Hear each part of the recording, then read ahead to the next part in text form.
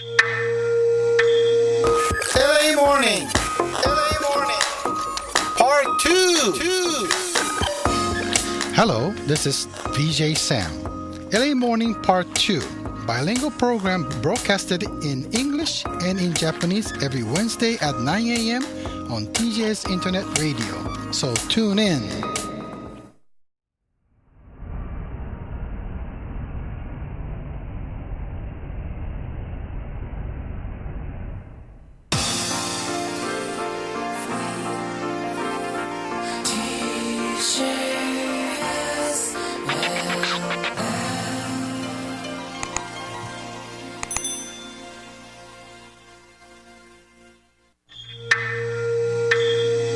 LA Morning Part 2. Good morning, Los Angeles. The time is 9:10 a.m. Wednesday morning on January 13th, broadcasting live from TJS Radio Studio in Torrance, California. Welcome to LA Morning Part 2. This is Sam, your VJ. How are you doing this morning? TJS Radio presents news, sports, weather, and other useful local information in both English and in Japanese.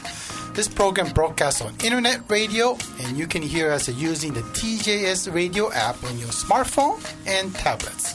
Or you can also hear us by accessing our website at www.tjsla.com and find our radio player by clicking the right-hand column of the page.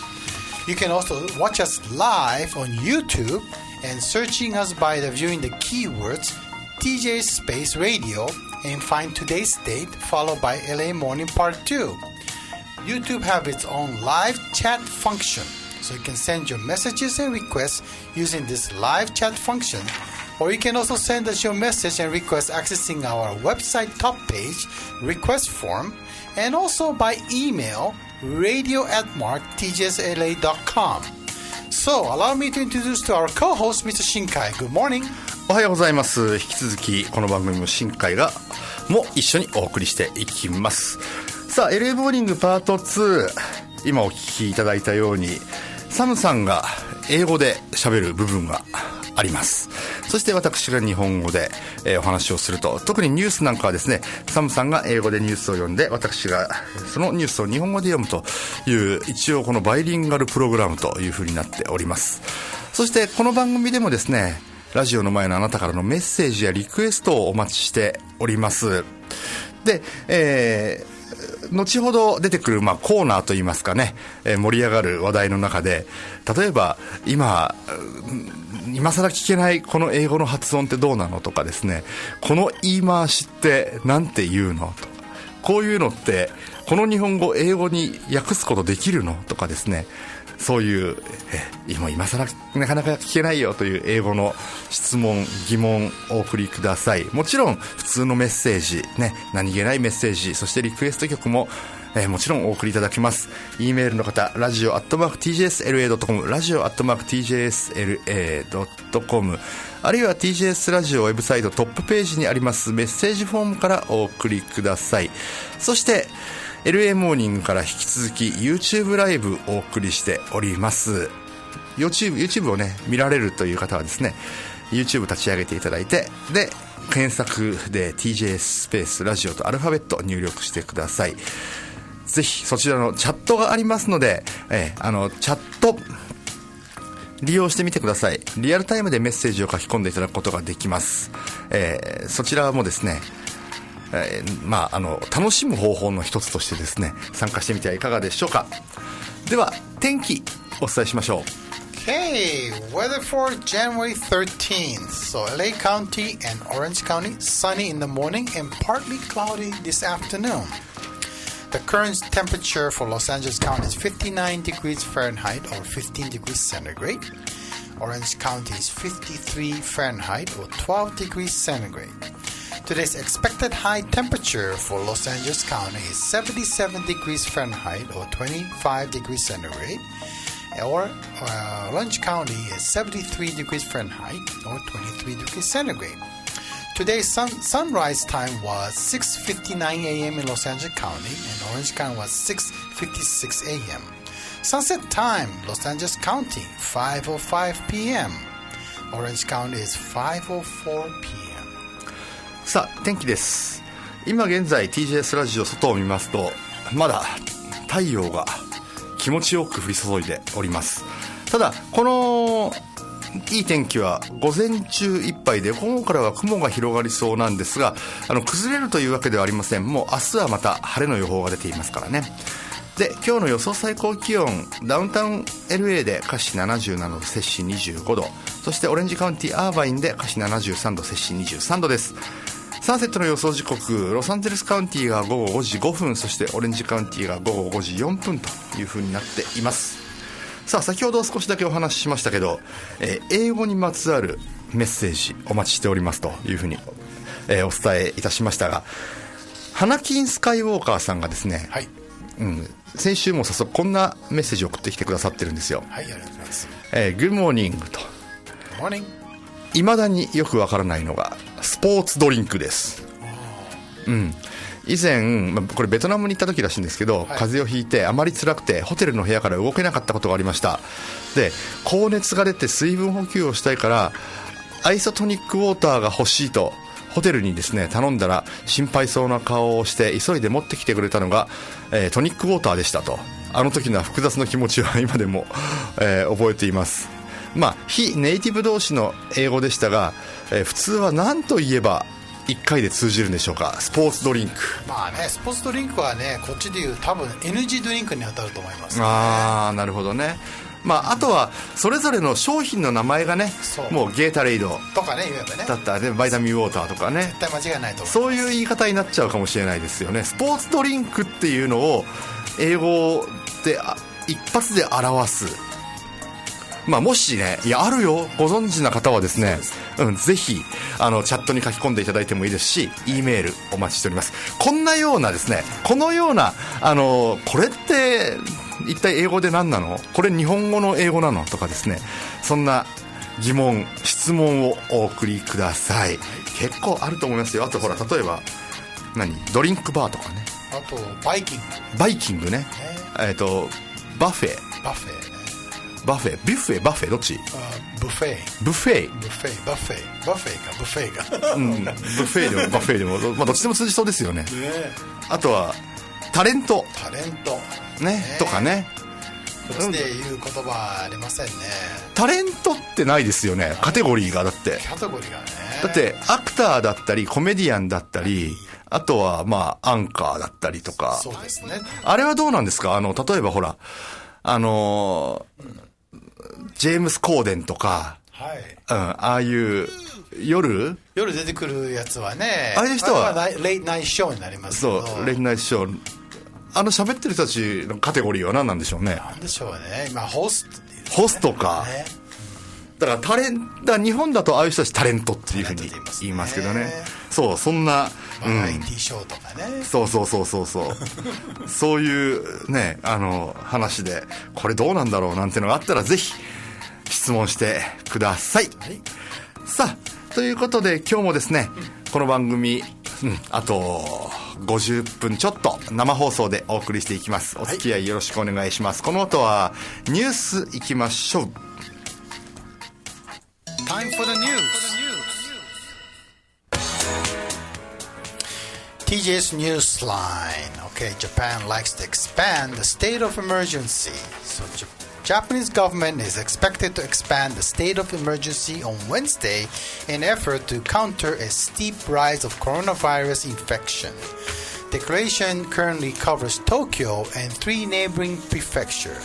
It went into effect last Friday and remained in place until February 7th. The government is likely to include 7 more prefectures under measures that includes Osaka, Hyogo, Kyoto, Aichi, Gifu, Fukuoka, and Tochigi. And during the declaration of those prefectures expected to be same as the one affected now. The government is planning to listen to experts' opinions at the advisory panel meeting on the Wednesday afternoon before finalizing its plan. Prime Minister Suga Yoshihide is expected to hold a news conference later in the day to explain the reason for the expansion and ask for the cooperation. The state of emergency measures including shortening business hours at restaurants and bars to 8 p.m., asking people to refrain from non-essential outings, and reducing the number of commuters by 70% to promote the telenetwork, and attendance to various events will be limited.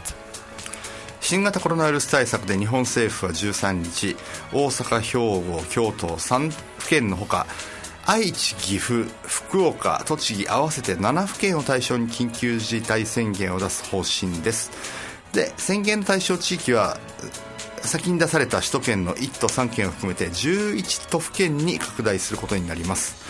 新型コロナウイルスの感染を受けて政府は、来月7日までの間特別措置法に基づく緊急事態宣言を出して対策の徹底を呼びかけています。これに加えて政府は感染状況や病床の確保状況などを踏まえてで、もう出されたってことですよね。13日大阪、兵庫、京都の3府県のほか愛知、岐阜、福岡、栃木の合わせて7府県を対象に宣言を出しました。こちらもですね、来月7日までというふうになっております。では次行きましょう。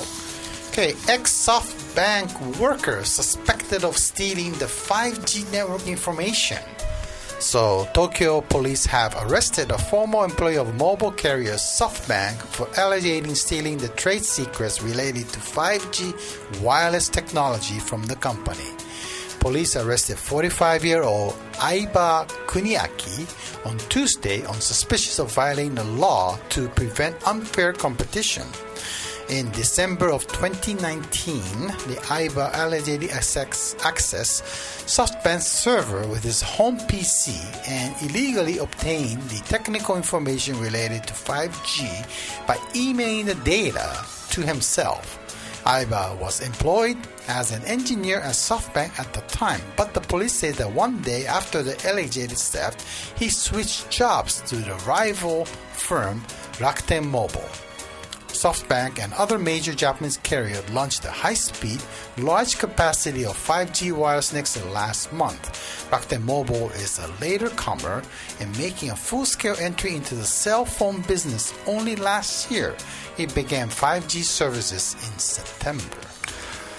携帯電話大手のソフトバンクの元社員が高速大容量の新しい通信規格 5G に関する企業秘密を不正に持ち出したとして不正競争防止法違反の疑いで逮捕されました。持ち出したとみられる翌日に別の携帯電話会社に転職していたということで警視庁が詳しいいきさつを調べています。逮捕されたのはソフトバンクの元社員で横浜市鶴見区の相葉邦明容疑者です。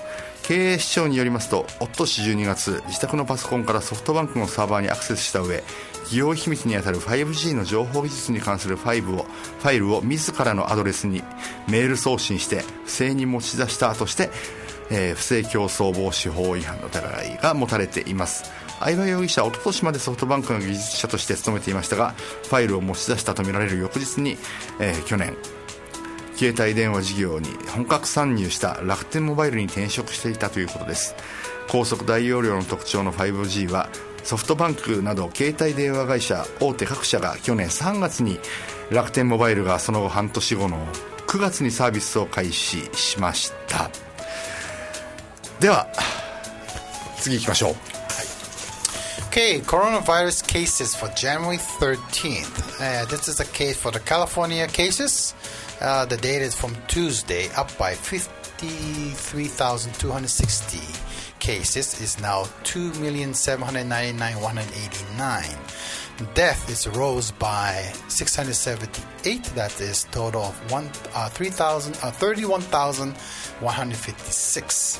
Vaccinated administration now is up to 816,673. That's up by 33,190 as of Monday.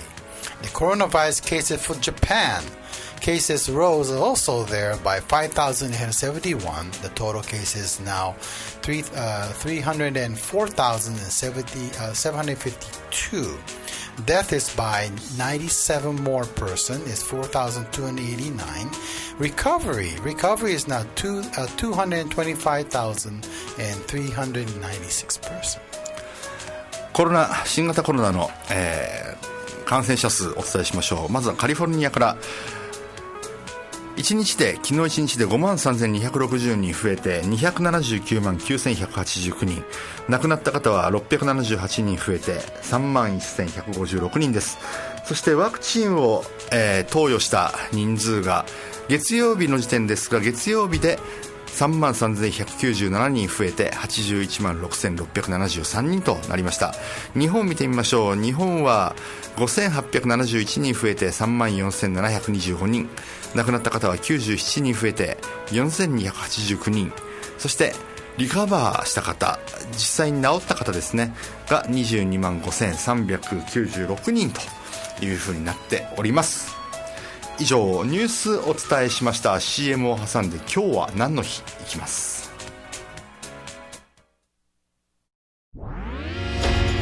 毎週金曜日午後8時から8時10分までお届けしている Wheels Around the Globe、 DJ の高橋理恵です。お気に入りの古くて新しい音楽などをジャンルレスにボーダレスに DJ クリスとともにフリートークを交えてお届けしています。So stay tuned. What happened on today?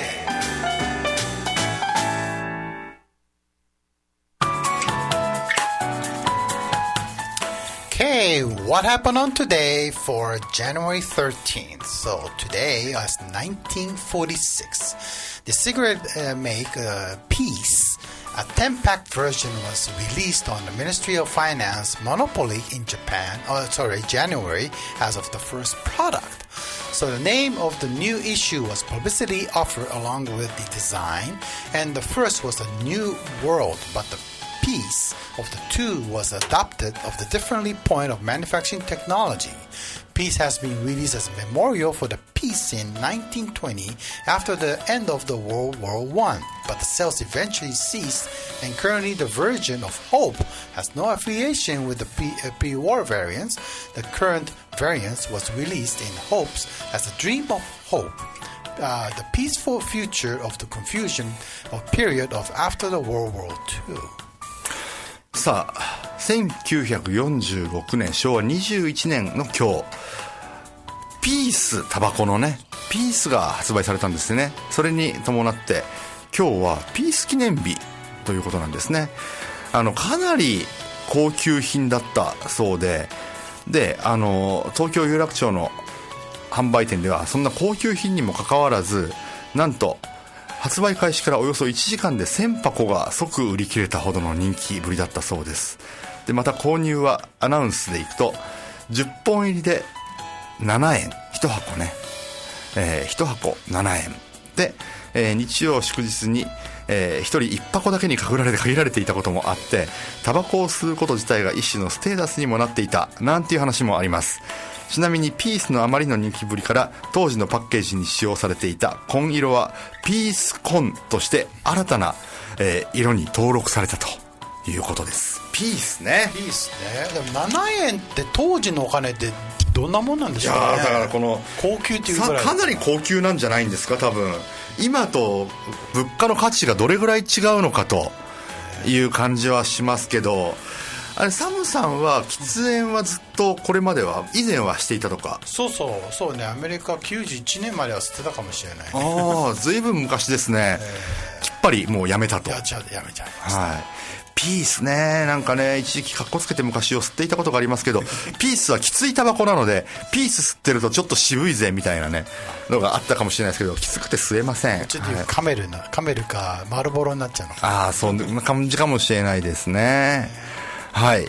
じゃあ続いていきましょう。Okay, this next one is also interesting. It's called Pluto Platters. Maybe everybody knows this name by Frisbee. So, 1957, Wham-O begins production of Pluto Platters, and later they changed the name to Frisbee in June of 1957. The following name sales rocketed as Frisbee took off as a sports rather than the original making as a toy. Found example of Frisbee and many other vintage toys in the toy selection showing for 1,000 of the examples starting from 1920 to 2000. これフリスビーが発売されたのが1957年なんですよね。の今日なんですよね。もともと、プルートプラッターズっていう名前だったんですね、フリスビー。飛ばして遊ぶやつですよ。おもちゃだったんですよ。ねプルートプラッターズ。今では確かにもうスポーツとしてね、もう、大会もあるぐらいですからね。それがその後、フリスビーなんですけど、FRISBIE になったんですね。で、6月には今の FRISBEE ですね。フリスビーになったということなんですね。いやー、フリスビーはもうそこら中でね、ビーチなんか行ったらやってますし、公園でもねやってますけどね、僕あれ好きですよ。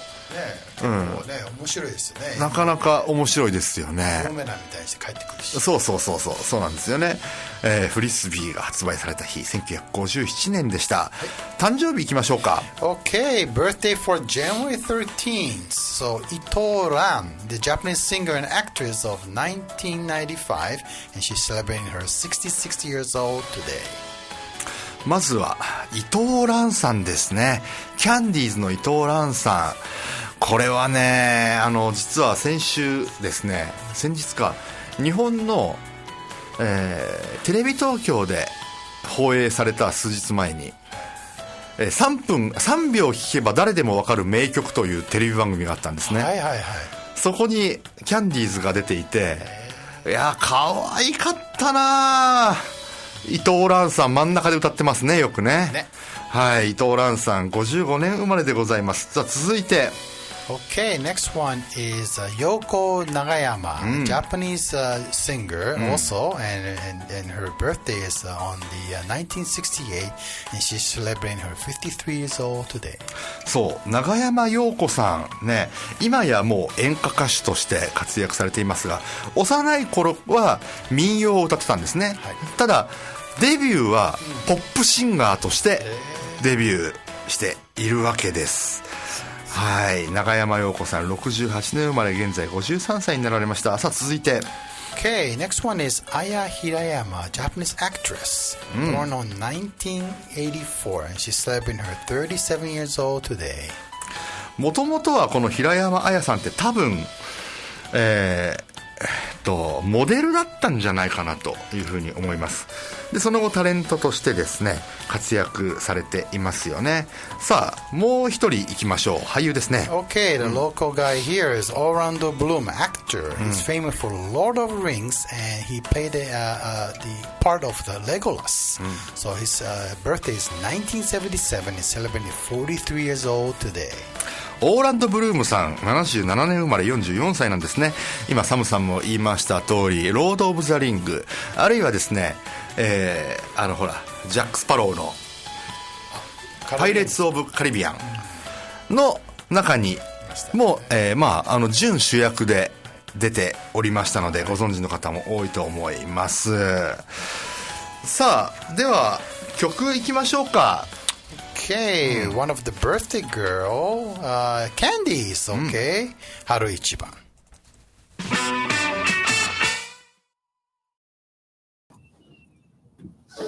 さあ、じゃあチェンジしますか。チェンジしますか。せっかくサイン作った。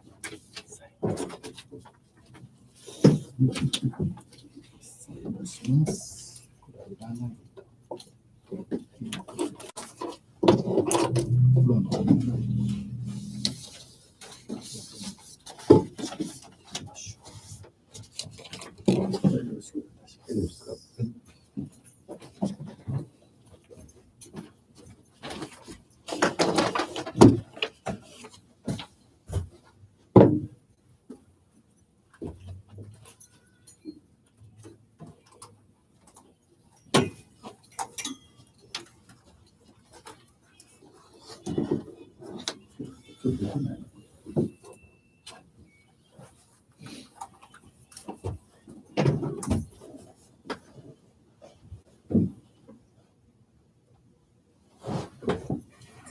その青いマウス取ってもらっていいですか。青のマウスを取ってもらって。すみません。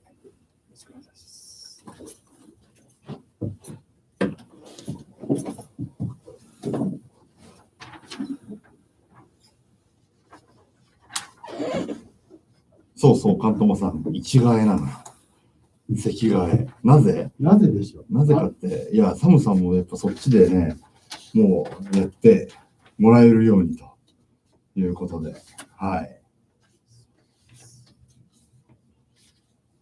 ベンさんおめでとうございます。ベンさんおめでとうございます。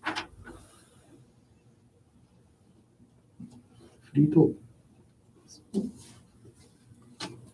缶のタバコありましたね。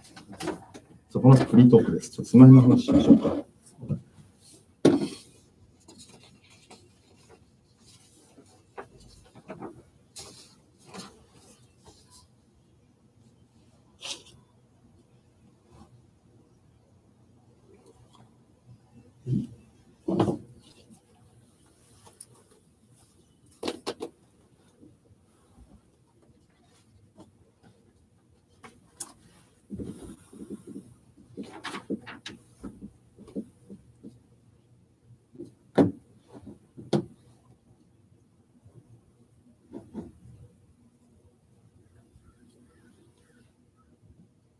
そうそう、関東さん、それもある、それもある。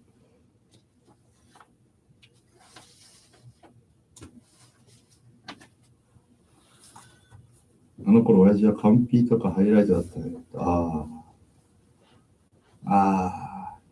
ショートピース、略してショッポですね。ショートホープがショッポか。そうか。では、終わりですよ、多分。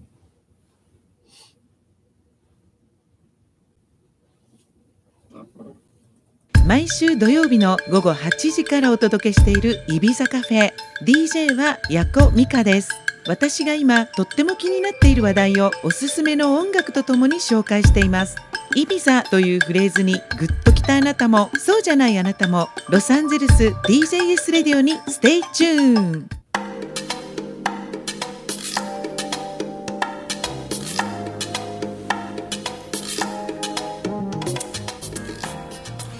さあ、席替えをしてみましたそうなんですよね。たまにはこういうなんだろう、この新鮮な感じ、こういう風に見えるんだここ。どうですかサムさん、そちらからは。いいですね。やはりディレクターシートなんでそれ緊張しますねそうですか。いや、なんかね、ということで、なんで席替えをしたか、これはですね、完熟トマトさん正解です。私がねちょっと帰国する可能性が、一時帰国する可能性があるので、その間ですね、サムさんにそこで操作をしてもらうというのもあってですね、これもやっぱりやっていこうということになりますよね。サイン通り、書いてある、研修中って書いてありますよ。研修中って、トレーニングって書いてありますけどね研修はトレーニングでいいんですよね、英語では。でいいです。トレイニーが一応バッジつけるときにやるやつですね。研修員になるわけですよね。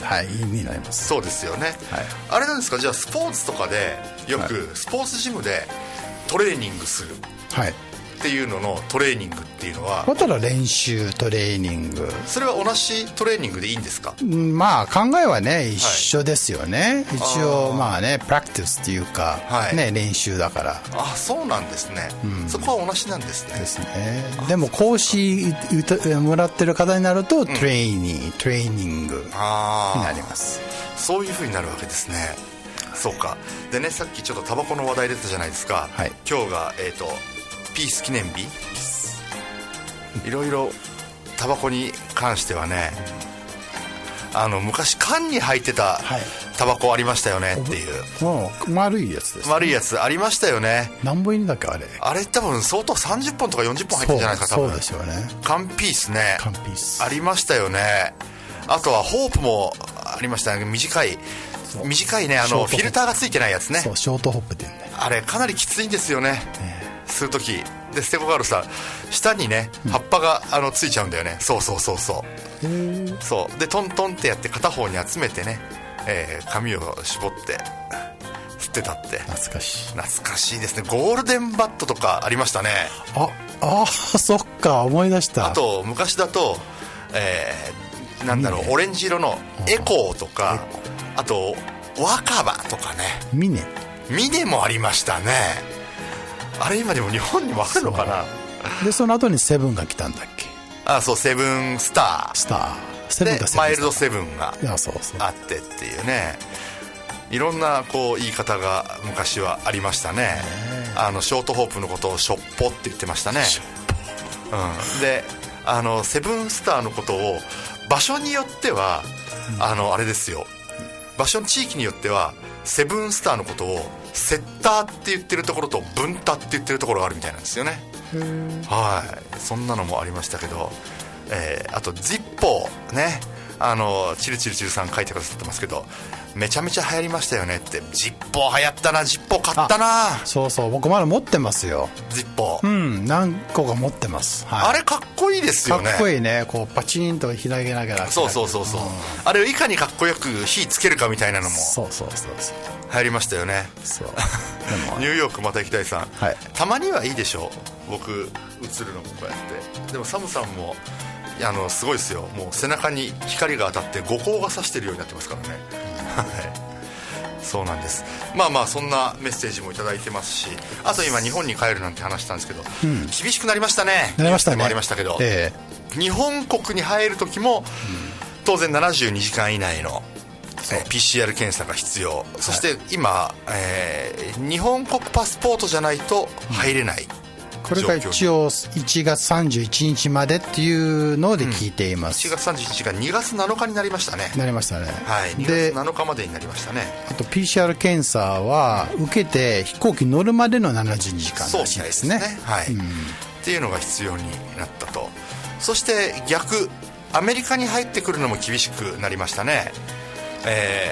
アメリカに入ってくるのも飛行機に乗るまでの72時間以内、3日ですねに PCR を受けて、それを飛行機会社に出さないと、証明を出さないと乗ることができないと。で過去1回かかってる人は完全に治っているよという証明が必要だということなんですよね。あと LINE アプリに登録して4日間報告しなくちゃいけない状況、毎日っていうのもありましたね。そうですよね。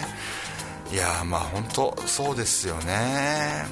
まあ厳しくなってきてるなという話もありますし、あとはワクチンね。ワクチンね受けます？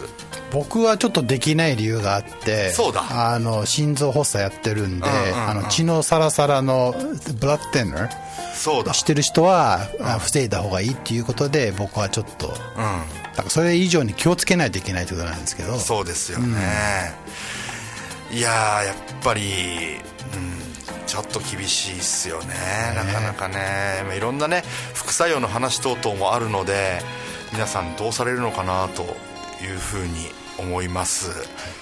そうか、チルチルチルさんね、そうですよね。いやそう思いますよ。でもまあ今後どんどん、今結局そのワクチンっていうのがショートタームの副作用の結果しか見れてないわけですよね。そうなんですよね。だからロングタームが一体どういう風になっていくのかっていう感じかな。怖いですよね。はい、そうなんです。まあね、本当私の場合普通に、ビザの更新なので、帰るわけですけどね。さあそんなわけでございまして、そんなワクチンに関する話、あとは PCR の話等々で何か話題がある方、ぜひお送りください。さあじゃあスポーツニュースに行けそうですか、そちらで。いけますよ。じゃあスポーツニュース行きましょう。まずはちょっとじゃあジングルいきます。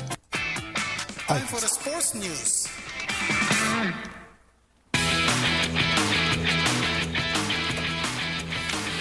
TJ Sports News. The poll of the 77-1 Tokyo Games cancelled and postponed. So an opinion poll conducted by NHK earlier this month shows only 60% favor holding the postponed Tokyo Olympics and Paralympics as scheduled. This contrasts sharply with the close of 80% who says the game should be cancelled or postponed. NHK carried out a survey over the weekend by telephoning people the age 18 and older chosen at random. The total 1,278 people, or 59% of those contacted, provided responses. The On-Tokyo Games, which are set to take place this summer after being postponed by a year, 60% said events should be held as scheduled, down by 11% points from the previous month. A total of 38% said they should be cancelled, and 39% said they should be further postponed, up by 7% points on both cases. Combined means that 77% said the game should be cancelled or further postponed. さあ、今年に延期された東京オリンピック・パラリンピックについて NHK の世論調査、これ開催すべきというのが 16% で先月より 11% 減ったんですよね。で、一方中止すべきとさらに延期すべきを合わせるとなんと 80% になるということなんです。 NHK は今月9日から3日間全国の18歳以上を対象にコンピューターで無作為に発生させた固定電話と携帯電話の番号に電話をかける RDD という方式で世論調査を行いました。対象となったのは2168人で 59% に当たる1278人から回答を得ました。今年に延期された夏の開幕に向けた準備が進められている東京オリンピック・パラリンピックについて聞いたところ、開催すべきが 16%、 中止すべきが 38%、 さらに延期すべきが 39% でした。先月に比べて開催すべきが 11%、 11ポイントも減って、で、中止すべき、さらに延期すべきはいずれも7ポイント前後増えて合わせると 77% になったということで、今完熟トマトさんも書かれてるんですけど、ダメだろうなっていう風に書かれていますが、ここはねちょっと早めの決断が必要になってくるのかなという感じです。さあ続いていきましょう。Okay, news 2. Vaccinated key for the Tokyo Olympics. PM Suga agreed with Bill Gates. So Prime Minister Yoshihide Suga and billionaire philosopher Bill Gates on Tuesday agreed on the need of distributing coronavirus vaccines to developed countries in order to ensure the safety of the summer Tokyo Olympics and Paralympics, according to the person who sat in their phone talks. Gates also called Suga on to the host a successful summer games as it would send a strong message to the rest of the world. Suntory Holdings Company Limited CEO Takeshi Niinami told the reporters Suga replied that the games are a very important issue and would definitely go ahead, Nami said. And the Tokyo Olympics are slated to start in July, having been postponed last year due to the outbreak of a novel coronavirus. Though the Japanese public remains skeptical aimed at recent spikes in infections across the country. During the rough 15 minutes of conversation of the co-founder of U.S. tech giant Microsoft Corporation and their co-chair of the Bill and the Melinda Gates Foundation expressed the hope of the success of the Games as well as the Tokyo Nutrition for the Growth Summit. The conference on efforts to end world hunger slated for December, according to Foreign Ministry, Niinami, who is close to the Prime Minister, said he arranged a telephone talk with Gates' request. さあ菅首相は12日マイクロソフトの共同創業者で、現在は慈善家として、動かれているビル・ゲイツ氏と電話会談しまして、新型コロナウイルス対策をめぐって意見交換しました。ゲイツ氏は東京オリンピック・パラリンピックの開催が世界に対して大きなメッセージになると期待を表明しました。首相は必ずやりきると応じているんですね。両氏はですね、途上国へのワクチン供給が重要との認識で一致したんです。ゲイツ氏といいますと、慈善団体のビル&メリンダ・ゲイツ財団の共同議長を務めて、新型コロナ対策に多額の資金を提供しているんですね。さあもう一個いきましょう。Okay, Iwakuma rejoins Mariners in coaching role. So Mariners are breaking back in a familiar face as the club announced Tuesday that it has hired former pitcher Hisashi Iwakuma as a special assignment coach. Iwakuma will report directly to general manager Jero Dipoto. Okay, and then Harold is the famous of the mount and his tireless work ethics of it. Iwakuma will work with the pitchers and pitching instructions across all minor league levels, in addition to spending time with the big league team. Iwakuma will also work with the Mariners pro scout Manabu Manny Noto doing the scouting work in the homeland of Japan, which would be huge boom in an already strong Mariners presenting overseas. Iwakuma's new gig will begin at the start of the spring training, when he will be asked with helping bring along with a very young and green group of Mariners, pitchers, and veterans presenting he can be overstated. Beyond the number one starter of Marco Gonzalez, USC Kikuchi, and who is entering the third MLB season, and Kendall Graveman, who is trying to bounce back from the beginning of the tumor in the bullpen role. Seattle's pitching staff is compromised of promising the unproven talent. This will quite be Iwakuma's first coaching job. Either Iwakuma opens a performance academy in Japan in 2016 while he was still with the Mariners. さあこれは嬉しいです。シアトルマリナーズ岩隈久志さんが戻ってきますね。これはシアトルマリナーズが発表したんですけど、岩隈特命コーチとして戻ってくるんですけど、メジャーやマイナーの投手を指導するほか、日本でスカウト活動も行うということなんですね。で、岩隈さんといえばそうなんです、堀越高校だったんですよね。ドラフト5位で2000年に近鉄に入団します。そして2005年からは楽天でプレー、2012年から18年までシアトルマリナーズに所属して、そしてなんといっても岩隈さん2015年にノーヒットノーランを達成いたしました。これは素晴らしい。で、こちらのちゃんとこうメジャーリーグ、ね、サイトで、このように発表されていると。スプリングトレーニングから参加するということです。楽しみです、これは。はい、以上スポーツニュースでしたね。はい、では曲いきましょうか。はい、行きましょう。 OK, Venus by Yoko Nagayama. OK,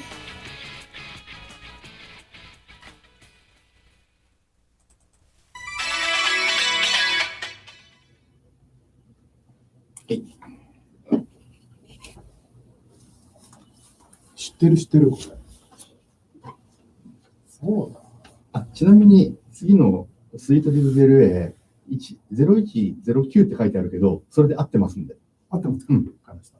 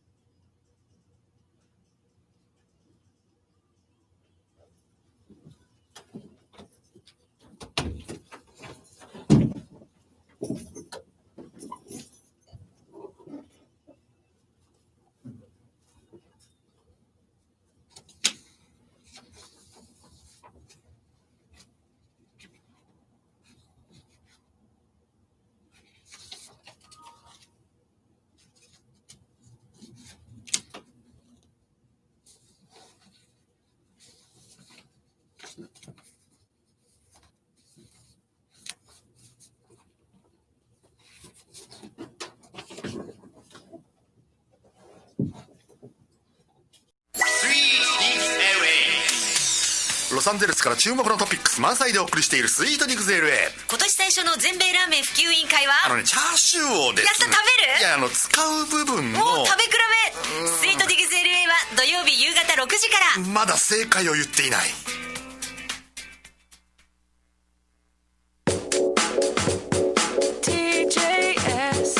Japanese radio station.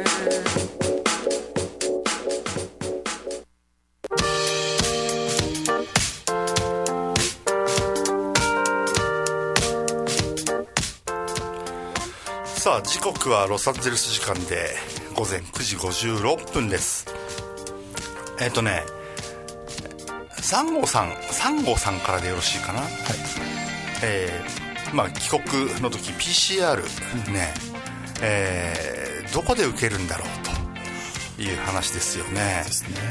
ちょっといろいろ以前もねお話ししましたけど、このアメリカから出る時は、LAX の中で受けるのがいいんじゃないかっていうね話が 3カ所 LAX の中には PCR の検査場があって、はい、で、そのうち1箇所は24時間以内に出ると。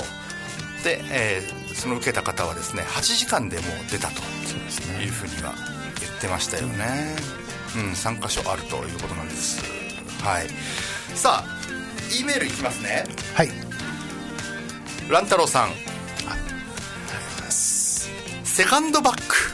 セカンドバック、これも立派な和製英語ですよね。そうだって、おそらく一般のアメリカ人に言っても何のことだか全く通じないでしょう。っていうかね、お財布をね、男性の方が持つとか、そういう機構ってこっちないもんね。財布はポケット？そうだから後ろポケットでしょ。僕はもう全部前にしてる理由があって、後ろだと反られるんで、でも日本みたいにこの大きい横の一枚差が綺麗に入るような、そういうのは持たないですよね、こっちで。ああ、そうね、確かにね。そう、僕らもこの折りたたみの口になっても構わないような、ね、ウォレットをそうですよね、後ろポケットが前ね。日本に行くと、あーって思うのが、今本当サムさんが言った日本の男性も結構長い厚い財布持ってる人多いですよね。あれは確かにポケットには入らないですもんね。入らない。でもね、入れる人いるから、チェーンかけてまでやる人いるでしょ。ウォレットチェーンってありますからね。そうね、ウォレットチェーンをかけてる方いらっしゃいますよね。あとセカンドバッグみたいなのって、このぐらいのバッグあるじゃないですか、あれってなんて言うんですかね、英語だと。英語ないよそれ。セカンドバッグって日本だけかもしれない。どうでしょう皆さん。大きさのねえ。あとニックさんが、ちょっと前こっちのお金持ちはマネークリップのイメージがあると。はいはい、ありますね。ファッションありますよね。コイン確かにね。会社に入った頃だから、今はカードホルダーにスマホを挿してるっていうね。そうでもマネークリップでも今でもたまに見ますよ。見ますよくほらスポーツバーとか行くと、そこでこうマネークリップから払ってる人いますよね。いる。あれはおしゃれですよね。確かにね。でおしゃれのポイントっていうのは、そのマネークリップについてるコインとか、そのなんかこうね、石とかなんかつけるファッションでしたよね。あれそうね、確かにね。それが言えますね。あとね、乱太郎さん、多分サムさんも不思議に感じてると思うんですが、日本では苦情のことをクレームって言いますよね。クレーム、ね、こっちだと主張するとか保険金を請求するとか、そういう方が正しいんじゃないかっていう。でも一応ね、そういう場合はコンプレインの一個だから、クレームまたはコンプレイン、どっちのが一般的に使われます？そうね、一応コンプレイン、カメンツっていう方いいか、コメンツ入るかもしれないね。なるほどね。そうか、確かにそうですね。あと続いて、ラジオネームヤンママさん。どうも。先週ね、WC、何だと思うって、何でしょう。正解されてる方いましたね。書き込みの中でも、ウォータークローゼットですね。ウォータークローゼット。なぜねウォータークローゼットかというと、ヨーロッパから来てるんですが、そのお手洗いっていうのは家の中なかったんだって、外だったんだって。へえ。日本もそうじゃなかったっけ？トイレ昔は川屋っていうか、はいねそうね。で、だからそこにあったんで、で家の中に入れたいってことで部屋を作って、まあ部屋できないから、はいクローゼットっていう感じでそれでウォータークローゼット。っていうことらしいです。なるほどね。ああ、もうあそこもともとは外ですもんね。そこから来てるわけだ。そうで、あとねバスルーム、バスルーム、そうね、バスルームとウォータークローゼット、トイレは全部違うらしいんですよね。はいはいはいはいでなぜかって多分ね、新海さんこの間おっしゃったと思うんですが、バスルームはシャワー室またはお風呂場お風呂場にトイレがついたよってことになってるんだけど、もはいはいはいともとはそれだけの部屋だったらしいんですよね。そうか。だからそう、バスとルームだから、バスはバスタブがあるでしょ。そうそう、でもシャワーはシャワーじゃないですシャか。ワールーム、だからなんでバスルームなのかなっていうね。そうあとレストルームね。レストルーム、あとはワッシュルーム、あとはなんだっけパウダールーム。パウダールーム。あとね、そういう意味で言うと、はい、クマさんも、はい、先週のウォータークローゼット WC ですよね。 WC ね。で、クマが小学校の頃、学校の一部のトイレが WC と表示されていました。ちなみにニックさんはですね、ウォッシュキャビネットかと思ってたって近いね。キャビネットって全部上の意味になるから、ああ、そうキャビネットはか。なるほどね。あとね、国際線に昔乗った時、はい、トイレの表示がラバトリー、ラボトリー、ああそれね、はいはい、オキュさすがですね。オクペイド、あと、ベイカント、はい、オキュペン、そうベイケン、はい、のサインに戸惑ったと、はい、これ一体何語なのっていう。これは全部多分僕はブリティッシュだと思ってます。ブリティッシュか、ラボラトリーですよね。そうラボトリー、そうですよ、その通りです、ね。なんでラバトリー、僕も言われてみれば、なんでラバトリー、まあ、ラバーっていう言葉自体が石鹸で言えばこう泡が立つようなイメージですよね。ああ、そういう感じなんだ。多分僕は間違ってるかもしれないけど、まあ僕はそういう感覚、はいはいはいはい。あとパフュームルームって言わないっていう風に K さんが書いてますけど。パフュームね。パフューム、まあ香水をつけるところね。そうね。でもパウダールームの感覚だけどな。はいはいはい。パウダーそうこうポッポッポッってそうですよね。でもそのオキュペイド、オキュペンシーのオキュペンだから、まあ、オキュペンシーは職業になっちゃうけども、オキュパイドはそこにも制服とかしいけども、入ってますよとか。入ってますよ。でベイカントはもう当然空いてる。空いてる、はい。このベイカントっていろんなちょっと地方に行くと、ホテルだったらノーベイケンシーとかベイケンシーで表示されますよね。表示されます。ランプもそれにつくかつかない。そうですよね。これも確かに言われてみれば不思議だなって思いますけどね。あとメリーちゃん、はい、メリーさん、おはようございますと。おはようございます。私の中学時代の英語のクラスで手紙の宛名では、はい、ミスター、ミセス、はい、ミス、はい、ミズ、はいと習いました、はい、日本でいう〇〇様みたいな意味合いですよねって。様さんにあたります、ね。はい、でもこっちに来てから受け取り郵便物を見ると、ほとんどそういうのが書かれていないと思うんです。なんでですか？きちんとつける人を見ると日本からのお友達だったりしますと。実際ちゃんとつけるんですか？つけなくてもいいものなのかな、サムさん。まあ考えはね難しいんですけど、多分文字でいくらとかいう時代があったかもしれない。電報特にね、はいはいはい、はい、電報は文字だからミスターなんてつけるとお金かかるんでいらないとかね、名前さえつければ分かるだろうとかね。このミズは、女性の場合ほら土地聞かれるのにね、と同じ意味で、はいはいはい、で結婚されてかけてない、だからそれにすることによってなんかいろいろとある当時があったらしいんですよ。まず MRS はミスですよね、はい、MISS はミスだから結婚されてない独身の女性のことを指します。 MS は MS はミズだからわからない。ミステリーのミズですこれでだからミズって書いときは間違いないってことですよね。そうミズだったら変わらない。だから分かんない時ね、分かんない時はもうミズで。そう男の場合はもう絶対ミスターだから。ミスター以外はないですもんね。ミスターそうですよね。あとねマスターっていうのがあるんですよ。マスターっていうのは子供を指します。若い男の子。マスターってそうなんですか？そうそう、ミスターかマスターかな、忘れたけど。そうなんだ。へ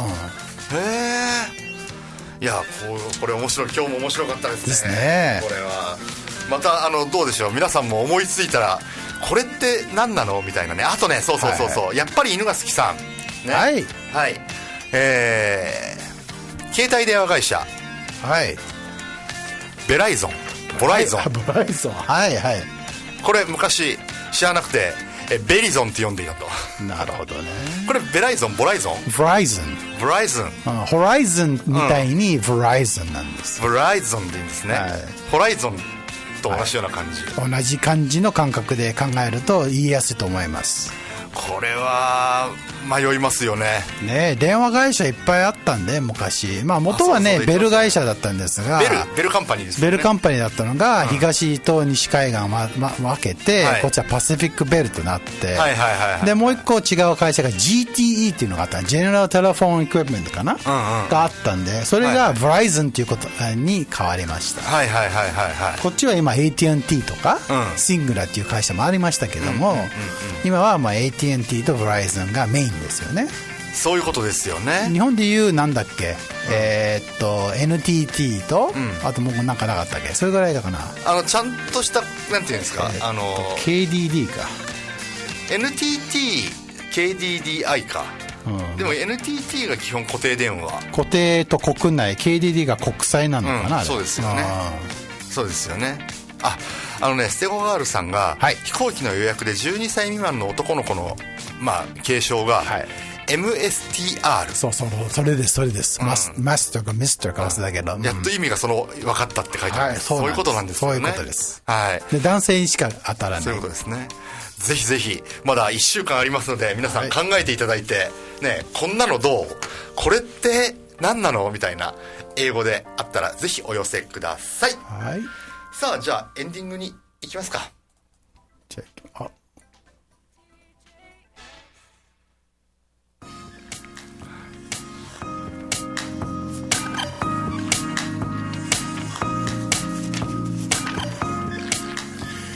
Okay, how did you enjoy so far for Wednesday's LA Morning Part 2? It's coming closer to the end of the 25th broadcast on January 13th.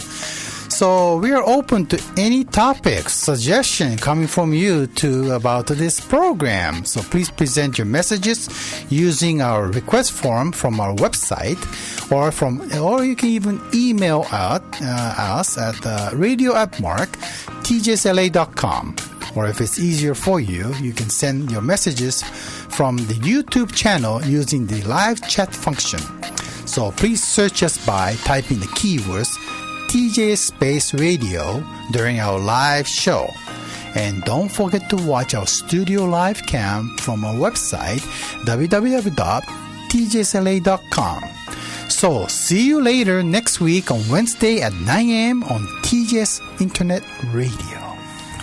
さあ、この番組終わりという風になりました。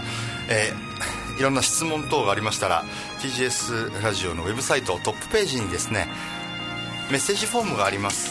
そちらからぜひお送りください。 E メールを直接お送りいただく方はradio@tjsla.com です。そしてウェブサイトといえばですね、 TGS ラジオ、このオールドトーランスのライブカメラありますのでご覧になってみてください。たまに、私は映ったりという風にしています。はい、ちなみにですね、まだまだ私帰る日程はっきり決まってないので、はい、全然先走らないですよ、まだまだ。はい、そうね、いろんなね質問もお待ちしておりますので、ぜひお送りいただければというふうに思います。そして再放送もありますので、ぜひお聞きください。6時からと夜12時からかですね、で午後2時からもありますので、ぜひお聞きください。さあ、では今日最後はですね、今日オーランド・ブルームがね誕生日ということでですね、オーランド・ブルームが出ていた映画パイレーツ・オブ・カリビアンの主役といえばジョニー・デップですね。ジョニー・デップですね。ジョニー・デップのバンドの曲を聴きながらお別れですね。では曲紹介お願いします。 Okay, I got a line to you in Hollywood Vampire. ということでお別れの時間です。お相手は私新海圭樹と Sam Vandenberg. See ya.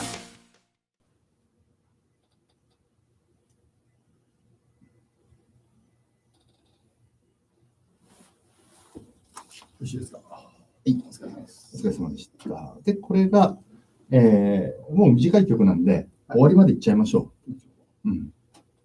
見ちゃった。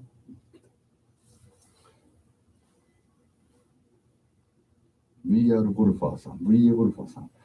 ミスター、ミセスなど、少なくなっているのは、男性、女性の、別が社会で敏感になってきているからっていうのもあると。確かにね。ユニセックスというか。そういう意味で。そうそうそう。なるほどね。あと、ゲイコミュニティだったりとか。気がつかなかった。前から使ってたんで。そうそうそう。そういうなんだっけ、年とか表せるのが嫌やっていう、同じ意味だと思ってたけど、そういう意味もあるかもしれないですね。確かにね。最近ね、セックス書いたときに、男性なのか女性なのか、アダースっていうので、アダーズもありますよね。確かに。そう、瀬尾さん、スイートティクス LM ね、上げたいんだけど、アーカイブ。ちょっとね、手が回らないっす。僕はこれ以上手が回らないです。誰か手伝ってください。たまに動画上げたよね。この間2つ上げたけど。それサムさんがね、やってくださったんで。僕出てたからね。普段は無理っす。そうね。大変ですよ、あれ。はい。あと、ほら、プロムナードもリクエストありましたね。プロムナードに関しては、やっぱり、決まった操作しかやっぱり、辰巳さんできないから、それとかが入ってくると、もう無理。切れた。大丈夫です。いや、まだ、ケイさん全然決まってないんで、しれっといくんで。スイートリグゼル上げたいんですけど、もう今僕は手が回らねえっす、今、そこは。